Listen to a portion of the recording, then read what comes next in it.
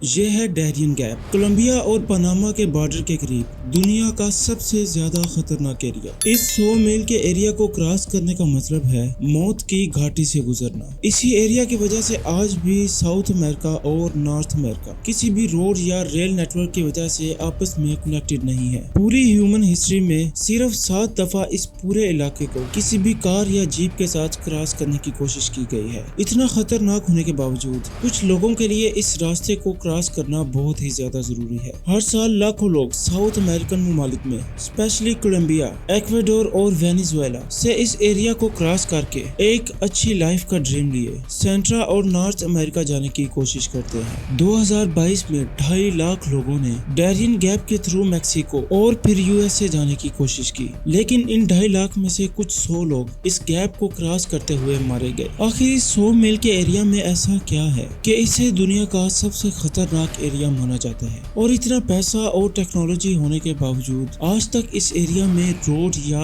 Rail net work کیوں نہیں بنایا گیا؟ 21 سینچری میں جہاں تپتے ہوئے ریگستانوں میں بھی اسٹیٹ آف دا آرٹ شہر بنائے گئے، وہیں اس چھوٹے سے ایریا میں روڈ یا ریل نیٹ ورک بنانا اتنا مشکل کیوں؟ اس کی 4 ریزنز ہیں۔ سب سے پہلی وجہ ہے خطرناک موسم۔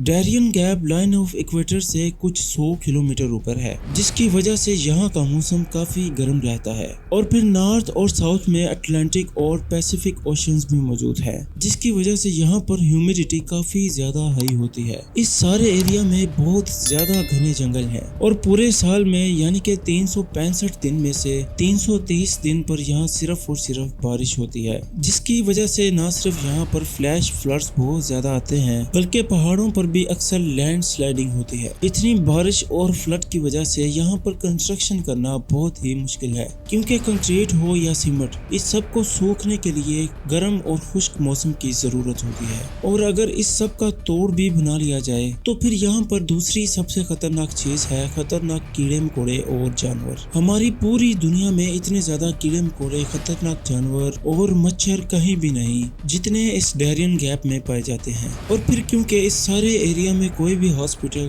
یا کوئی بھی گھر یا کچھ بھی نہیں ہے، اگر ان کیڑے مکوڑوں یا جانوروں میں سے کوئی بھی چیز آپ کو کاٹ جائے تو آپ کا بچنا آلموسٹ امپاسبل ہے۔ اسی وجہ سے یہاں سے گزرنے والے لوگ اکثر ڈینگی، ملیریا، سانپ کے زہر یا پھر دریا میں ڈوب کر مر جاتے ہیں۔ لیکن اب ایسا بھی نہیں کہ امریکہ جیسے ممالک اور دوسرے ممالک کے لیے یہاں پر روڈ بنانا بالکل ہی ناممکن ہے۔ ہاں، ایکسپینسو اور مشکل ضرور ہوگا، مگر امپاسبل نہیں ہے۔ تو پھر کیا وجہ ہے کہ یہاں پر روڈ یا ریل نیٹ ورک بنانے کی کوشش ہی نہیں کی جاتی؟ اصل میں کچھ کنٹریز چاہتی ہی نہیں کہ یہاں پہ روڈ یا ریل نیٹ ورک بنایا جائے، خاص طور پر امریکہ اور پاناما۔ دراصل 19 سینچری میں پاناما کولمبیا کا ہی ایک پروونس ہوا کرتا تھا، مگر اسی ڈیرین گیپ کی وجہ سے کولمبیا کے لیے پاناما پر کنٹرول رکھنا بہت ہی زیادہ مشکل تھا۔ کولمبین گورنمنٹ کا پاناما سے کنیکٹڈ رہنے کا ایک ہی روٹ تھا، اور وہ تھا سمندر کے تھرو۔ اسی کنیکشن کا فائدہ اٹھاتے ہوئے پاناما نے کولمبیا سے آزادی کے لیے ایک موومنٹ شروع کی۔ اس موومنٹ کا ذکر کسی اور ویڈیو میں،